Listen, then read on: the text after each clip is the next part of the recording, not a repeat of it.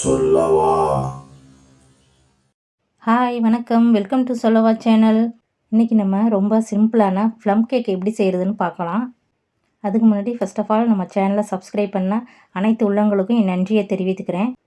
சரி வாங்க இன்றைக்கான ரெசிபியை பார்க்கலாம். ஃபஸ்ட்டு அடுப்பில் ஒரு பேனை வச்சுக்கோங்க. அதில் 1/4 கப் சர்க்கரை சேர்த்துக்கோங்க. அடுப்பை வந்து சிம்மிலே வச்சுக்கோங்க. தண்ணி எதுவும் ஊற்ற வேண்டாம். சர்க்கரை அப்படியே மெல்ட் ஆகட்டும். இப்போ பாருங்கள் மெல்ட் ஆயிடுச்சு. இப்போ ஒரு கரண்டி வச்சு லேசாக கலந்து விட்டுக்கலாம். இந்த கலர் வந்துட்டு நம்ம ஸ்டவ்வை லோ ஃப்ளேமில் வச்சுருங்க ஃபுல்லாக. இப்போ 1/2 டம்ளர் தண்ணி கொஞ்சம் கொஞ்சமாக சேர்த்துக்கோங்க.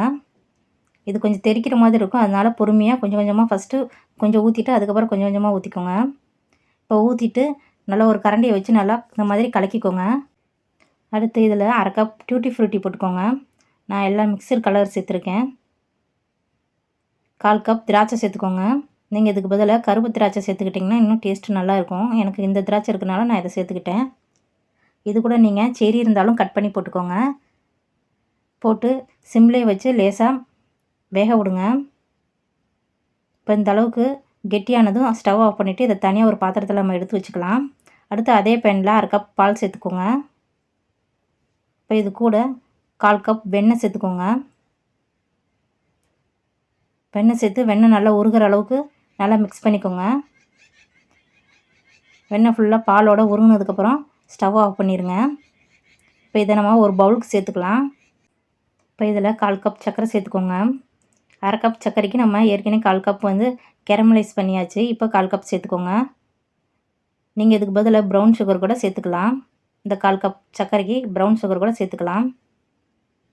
இப்போ இதை ஒரு விஸ்க்கு வச்சு நல்லா இந்த மாதிரி கலந்து விட்டுக்கோங்க. சர்க்கரை வந்து இந்த பால் வெண்ணெயோட நல்லா மிக்ஸ் ஆகட்டும். இப்போ நல்லா மிக்ஸ் பண்ணியாச்சு. அடுத்து நம்ம கேரமலைஸ் பண்ண டியூட்டி ஃப்ரூட்டிலாம் அந்த கலவையை எடுத்து இந்த பாலோடு சேர்ந்து இதையும் நல்லா மிக்ஸ் பண்ணிக்கலாம். அடுத்து ஒரு வடிகட்டி வச்சுக்கோங்க. அதில் 1 கப் மைதா மாவு சேர்த்துக்கலாம். இதோட மெஷர்மெண்ட்டு பார்த்திங்கன்னா 1 கப் மைதா மாவு, 1/2 கப் சர்க்கரை, 1/2 கப் பால், 1/4 கப் வெண்ணெய். இது தாங்க இதோட மெஷர்மெண்ட். இப்போ இதில் 1 டீஸ்பூன் பேக்கிங் பவுடர் சேர்த்துக்கலாம். 1/2 டீஸ்பூன் பேக்கிங் சோடா சேர்த்துக்கோங்க. இது கூட 1 டீஸ்பூன் கொக்கோ பவுடர் சேர்த்துக்கோங்க. கொக்கோ பவுடர் வந்து ஆப்ஷனல், உங்களுக்கு விருப்பம் இருந்தால் சேர்த்துக்கோங்க. கொக்கோ பவுடர் போட்டு செஞ்சோம்னா கேக்கு நல்லா இன்னும் டேஸ்ட்டாக இருக்கும். இப்போ நம்ம இதில் முட்டையெல்லாம் சேர்க்கலை.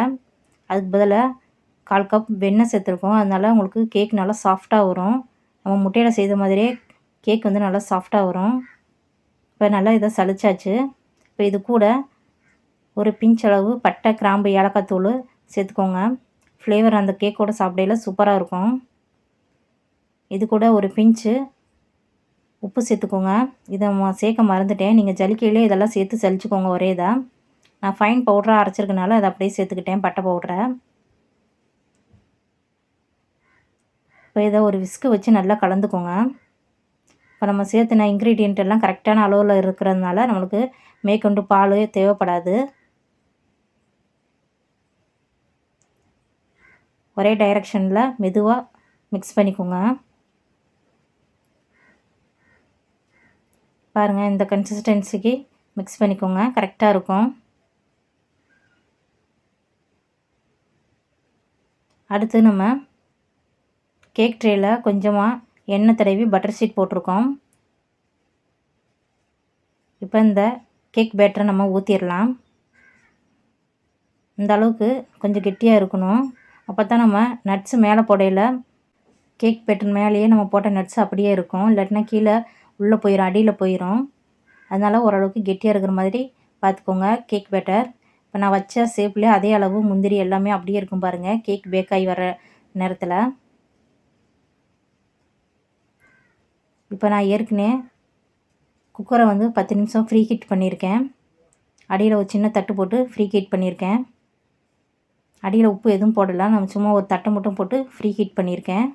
இப்போ நம்ம கேக் பேட்டர் எடுத்து உள்ளே வச்சிடலாம். கேஸ் கட் போடாமல் மூடி போட்டுக்கோங்க. இப்போ இது 45லேருந்து 50 நிமிஷம் நல்லா வேகட்டும். ஒரு 40 நிமிஷம் கழித்து நீங்கள் செக் பண்ணி பார்த்துக்கோங்க கேக் எந்த அளவுக்கு வெந்திருக்குன்னு. அதுக்கு தகுந்த மாதிரி நீங்கள் கேக் பேக் பண்ணிக்கோங்க. எனக்கு 50 நிமிஷம் ஆச்சு இந்த கேக் பேக் ஆகிறதுக்கு. இப்போ ஒரு டூத் பிக்கை வச்சு நம்ம இன்சர்ட் பண்ணி பார்க்கலாம். கேக்கில் பாருங்கள் கொஞ்சம் கூட டூத் பிக்கில் ஒட்டாமல் வந்துருச்சு. கேக் நல்லா வெந்துருச்சு. கேக்கு நல்லா ஆறிடுச்சு. இப்போ பட்டர் ஷீட் நம்ம எடுத்துக்கலாம். இப்போ ஒரு தட்டில் நம்ம கேக்கை டீமோல்டு பண்ணிக்கலாம். பாருங்கள் எந்த அளவுக்கு நல்லா சாஃப்டாக இருக்குதுன்னு. நம்ம இதில் butter, baking powder, baking soda தான் போட்டிருக்கோம். ஆனால் எந்த அளவுக்கு நல்லா சாஃப்டாக இருக்குன்னு பாருங்கள். இப்போ இதை நம்ம கட் பண்ணலாம். பாருங்கள் கத்தி எந்த அளவுக்கு நல்லா சாஃப்டாக இறங்குதுன்னு. கண்டிப்பாக நீங்களும் இந்த நியூ இயருக்கு இதை ட்ரை பண்ணி பாருங்கள்.